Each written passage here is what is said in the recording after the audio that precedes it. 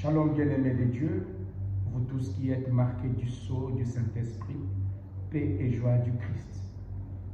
Notre méditation de ce matin est prise dans Matthieu chapitre 5 du 17e verset jusqu'au 19e.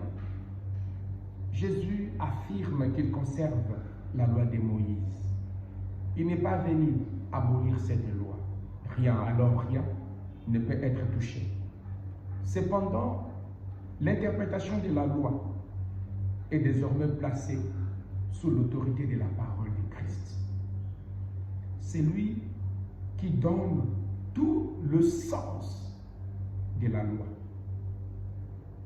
La loi, telle que révélée dans la première alliance,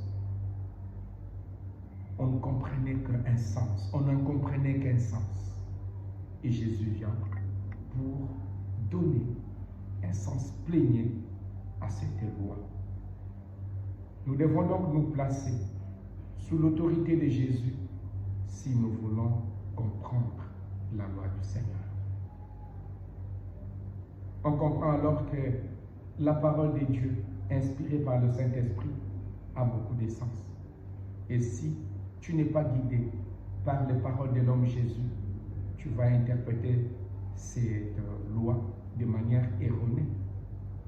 Nous avons intérêt à nous placer sous les auspices de Jésus pour comprendre mieux et profondément l'essence de la loi.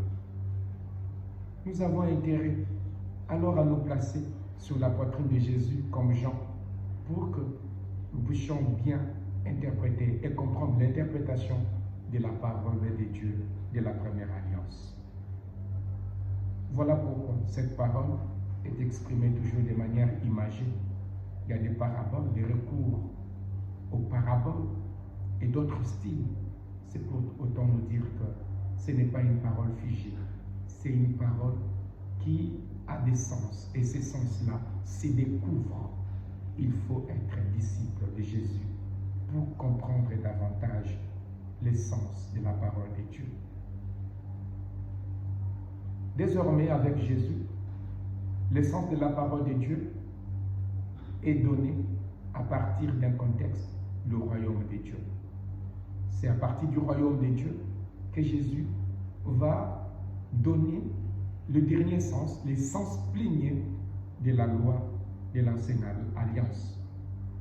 Alors on comprend à partir de cette perspective que la loi n'est pas un en soi, elle est au service du règne de Dieu, règne de justice, attendu et espéré par tous. Ce n'est pas donc la loi qui fait l'autorité, mais c'est la justice de Dieu exprimée par le Fils qui doit faire la loi dans le royaume. Voilà pourquoi, chers frères et sœurs, nous comprenons que Dieu est souverain. Dieu est souverain dans sa manière de se manifester. Si il est l'auteur de sacrements, l'Église dit, il n'est pas pour autant ligoté par ces sacrements, il peut agir autrement. Il est l'auteur de la loi, mais il n'est pas ligoté par la loi, il en donne le sens, et le sens plénier. Les chrétiens doivent être des gens, des personnes connectées à Dieu, connectées à Jésus, pour pouvoir comprendre l'essence plénier et ultime de la parole de Dieu.